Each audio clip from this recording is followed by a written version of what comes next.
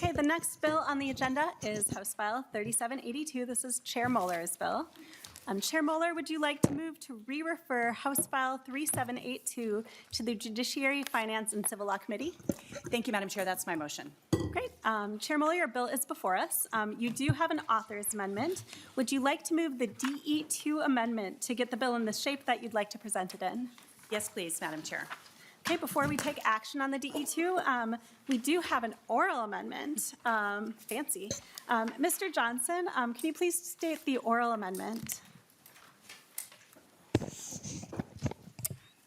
Madam Chair and members, the substance of the oral amendment is to change the word distraction to diversionary in 4 places. On page 1, lines 9 and 19, delete distraction and insert diversionary. And then on page 2, lines 2 and 4, delete distraction and insert diversionary. Thank you, Mr. Johnson. Any discussion to the amendment? Seeing no discussion, those in favor signify by saying aye. Aye. Those opposed? The oral amendment is adopted. Next, we will move to the DE2 amendment as amended. Any discussion to the amendment? Those in favor those in favor signify by saying aye. Aye. Those opposed? The DE2 amendment as amended is adopted. Chair Muller, please tell us about your bill as amended. Thank you. Thank you for that, going through that procedural hurdle there. Well done, Madam Chair. So, members, this bill as amended is a result of some information shared with me by Colin Hortman after the horrible events of this summer. I'm not going to speak for a long time about this. He is here to testify virtually today. But as you'll hear, there are substantial safety concerns related to the deployment of chemical irritants inside buildings and the need to properly remediate those. And so with that, Madam Chair, I will go ahead and defer to my testifier, and then I can follow up with some additional comments. Thank you, Madam Chair. We will now turn to our testifier. And before you begin, please unmute yourself. Please state your name and proceed. Thank you. Colin Hortman, can you guys hear me okay? Yep, we can hear you perfectly. Thank you. All right, great. Hello, everyone. I'm Colin Hortman, Mark and Melissa Hortman's son. I was asked to speak about the cleanup process my family faced after tear gas and other chemical irritants were deployed at my parents' home, the house I grew up in. After my parents were murdered, law enforcement fired multiple tear gas canisters into the home because they believed the perpetrator might still be inside. I was never given an exact number of devices used, but I know there was at least a dozen, with one being deployed in every room, sometimes more. The deployment caused obvious physical damage to the house, but the more serious problem was the chemical residue left behind throughout the entire home. We were told the effects would only last a few days, but that was not our experience. When I went back into the house during the first week to collect some sentimental items, the residue was still everywhere. My eyes started stinging, my throat burned, and my skin became irritated just from being inside and moving things around. Every step on the carpet kicked powder into the air, and at the time I didn't realize the residue could still be that hazardous, or protective equipment should be worn when entering a space that had been exposed to tear gas. Because of the amount of residue, we were not truly able to enter the home safely for months.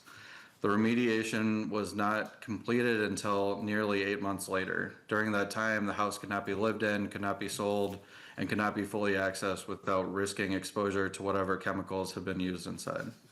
One of the challenges we faced was confirming exactly what had been deployed. The remediation contractors had experience with these situations, but they still needed to know what chemicals were used and how much in order to determine the proper cleanup procedure. We did not have that information at first. We had to request that from the city, and the records were not very clear. We were sent safety data sheets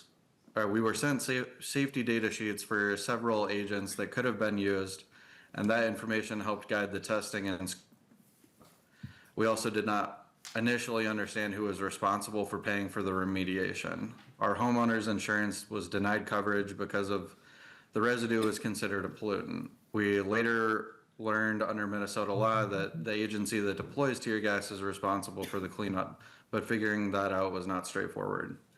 Even after that, the process took time and a lot of coordination. If it was not for the attorneys who were already helping our family in the criminal case and were willing to give their additional time to help us navigate this problem, I would have had to do much more on my own. I reached out to people in state government, contractors, and others who had experience with this kind of cleanup just to understand what the right process was supposed to be.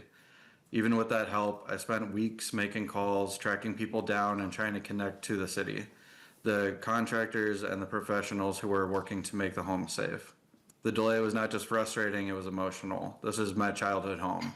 After my parents died, one of the things I wanted to do was sit at the table, have the last drink they had, eat the last dessert they made the night before they died.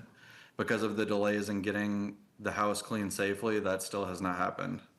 At times, the slow communication made it feel like the process was being dragged out, even if that wasn't the intent. My family was in a position where we could wait for the cleanup to be done correctly. Many people are not. When tear gas is used in someone's home, they may still be living there. They might need to sell the house, or they may need it cleaned quickly so their life can move forward. Without clear information about what chemicals were used and without a clear process for cleanup, families can feel pressured to accept whatever solution is offered first, even if hazardous residue might still be left behind. I'm here because I want to help future victims have a clearer path than we did. Homeowners should be told what chemical agents were used, how much was used, and should be given the safety data sheets right away so the proper testing and cleanup can begin without delay. Clear documentation and clear communication would make this process faster, safer, and less traumatic for people who are already going through one of the worst experiences of their lives. Thank you for the opportunity to speak. Great. Thank you so much, Colin, and we're so deeply sorry for your loss. And thank you for sharing your experience with us so that we can work to address it for people who have this experience in the future. Absolutely. Hopefully Thank not. you. Thank you. And with that, I will look at my notes to figure out. Chair Moeller, comments? Yeah, thank you, Madam Chair. And also, again, want to give my heartfelt thanks to Colin for his work on this bill. And in true Hortman fashion, he's doing this to help other people. Just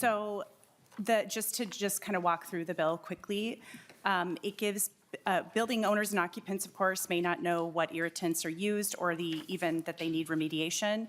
So this would require law enforcement using chemical irritants inside a building to just provide a standardized notice that we've asked DPS to provide, just to leave some information behind for the owner or occupant that they may need to have remediation and that they can reach out to the local law enforcement agency that deployed the irritants to find out exactly, to his point, what was used and how much was used. And then to deal with the insurance issues, there's a separate bill in the Commerce Committee, so this committee doesn't need to deal with those issues. Thank you. Right. Thank you, Chair Moeller. We will now move to member discussion. Are there any members? Representative Steer? Thank you, Madam Chair. Just on that last point, you said how much was used, and I'm trying to find out where in the bill it says we have to, maybe I missed it. Chair Moeller? Thank you. Yes, in the DE2, let's see here, I've got to find the right line. Let's see here.